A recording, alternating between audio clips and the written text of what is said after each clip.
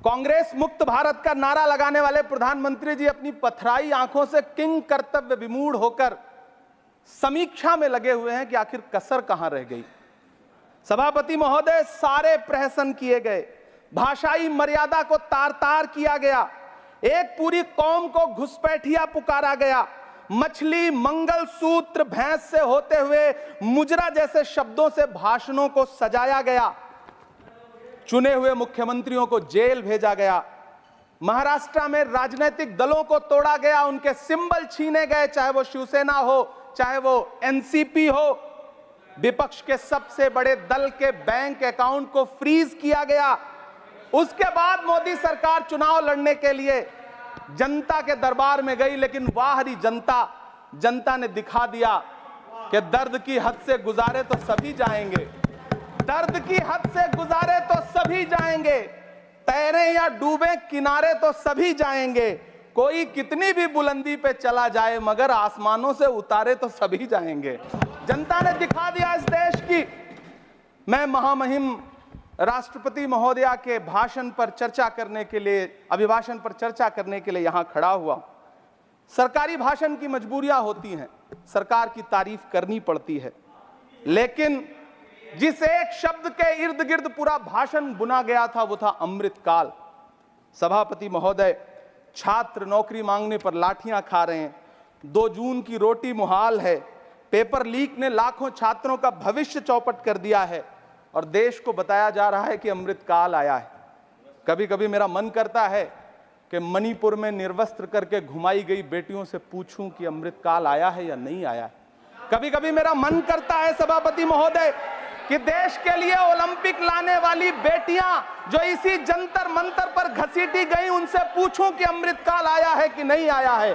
कभी कभी मेरा मन करता है कि रात के 2 बजे बिना परिवार की मर्जी के हाथरस में जलाई गई उस दलित बिटिया जो बलात्कृत थी, उसको स्वर्ग में संदेशा भेजूं और उससे पूछूं कि आया हुआ अमृतकाल तुम्हें दिख रहा है या नहीं दिख रहा है। कभी कभी मन करता है कि मैं बिल्किस बानो से पूछूं कि देश में आया हुआ अमृतकाल तुम्हें नजर आ रहा है या नहीं आ रहा है।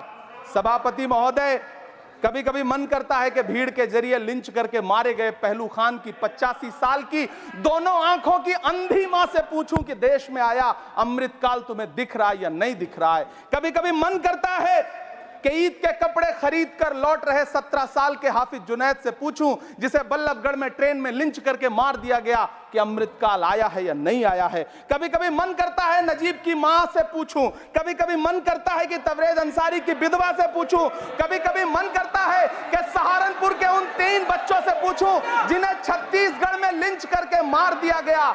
सभापति महोदय, कभी कभी मन करता है कि मैं गुजरात के चिखोदरा में क्रिकेट मैदान में लिंच करके मार दिए गए सलमान बोहरा के परिवार से पूछूं कि अमृतकाल आया है या नहीं आया है। कभी कभी मन करता है कि मैं अलीगढ़ के औरंगजेब उर्फ फरीद से पूछूं जिसे लिंच करके मार दिया गया और बाद में उसी मृतक के ऊपर डकैती का मुकदमा कायम किया गया।